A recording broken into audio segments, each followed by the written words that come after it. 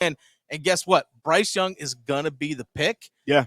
And the more I think about it, the only thing that's a quote unquote issue is just the frame. It's just the frame. It's just the frame of his body. Everything else, I'm not worried about anything else. If you put Bryce Young in C.J. Stroud's body, it was like no brainer. Yeah, that's it. Yeah, that's it. No brainer. So that's the only thing that's an issue. A lot of people are.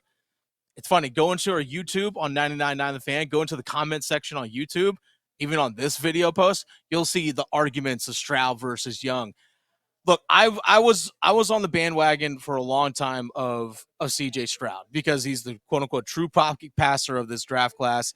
He's a guy you can plug and play right now, which is what the Carolina Panthers have set themselves up to do, is to plug in and play a guy right now. But outside of Bryce Young's frame, why can't he be a plug in and play right now type guy? He absolutely is, and you can definitely do that. The part that worries me, we talked about the frame, but then also along with that, he doesn't have the escapability that that C.J. Stroud has shown. I mean, maybe there's something else that we haven't seen yet. That's the thing they always talk about with Bryce Young, because he doesn't take big hits, is because of his pocket presence. And he also doesn't have that huge arm. Now, we've seen somebody like a Drew Brees who doesn't have a huge arm, who is on a smaller side, still bigger than Bryce Young, but who's a little bit on the smaller side, has pretty much stayed, I wouldn't say injury-free after he got to the Saints, but for the most part, he kind of kept himself out of trouble because he was able to get the ball out quick enough and the schemes were good enough. So maybe he looks like Drew Brees light. I mean, that's the best we can really hope for. I mean, that's one people are making a comparison. Here's the thing as well. Drew Brees had that major shoulder injury when he was in San Diego. Right. Playing with the Chargers before he ended up going to the New Orleans After Saints. that, he pretty much stayed upright.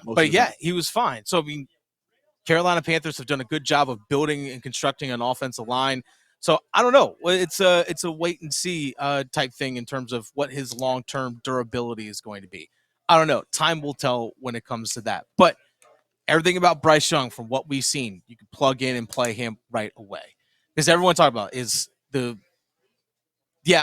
arm strength, I think, can continue to come over time because he's still going to physically mature. Yeah. Now, he doesn't have the biggest frame, Chris. No. He's not going to grow. No. But is he going to show?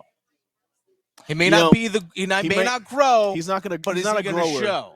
He's not a grower, but he's definitely a shower. Yes. And he's going to show everything he has because he is what he is, right? Yeah. And it's already there. We see what it is, and we saw what he did at Alabama, and I think he's going to show us why he's going to be a pretty good quarterback. Now, I kind of feel like he might be the guy where by year 3 you kind of see what he is, and there may not be like any crazy exponential growth after that, as far as his game is concerned. Oh yeah, we know his body's not growing. No, but I'm with it. I'm with it. I think it's the safe pick right now, and we'll see how that kind of works out for the Carolina Panthers after this. I think with either Young or Stroud, I don't think you can go wrong. But whomever you draft, they're going to be plug in and play day one. Yeah. But all this is going to come down to obviously the durability for each of those guys, but it comes down to the coaching staff. The staff that they assembled was for whomever they draft number 1 is to plug in and play right away.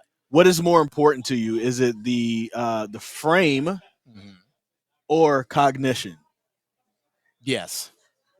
Because I mean, how you use that, because C.J. Stroud has the better frame, but apparently he doesn't score very well on the S2 cognition test. Yeah, okay, well that's Bryce Young is smaller, but he has the best score out of everybody that's coming out. So yeah, so they got rid of the Wonderlic. Teams don't use this. There's this S2 cognitive test now that's floating around out there, which people don't know really.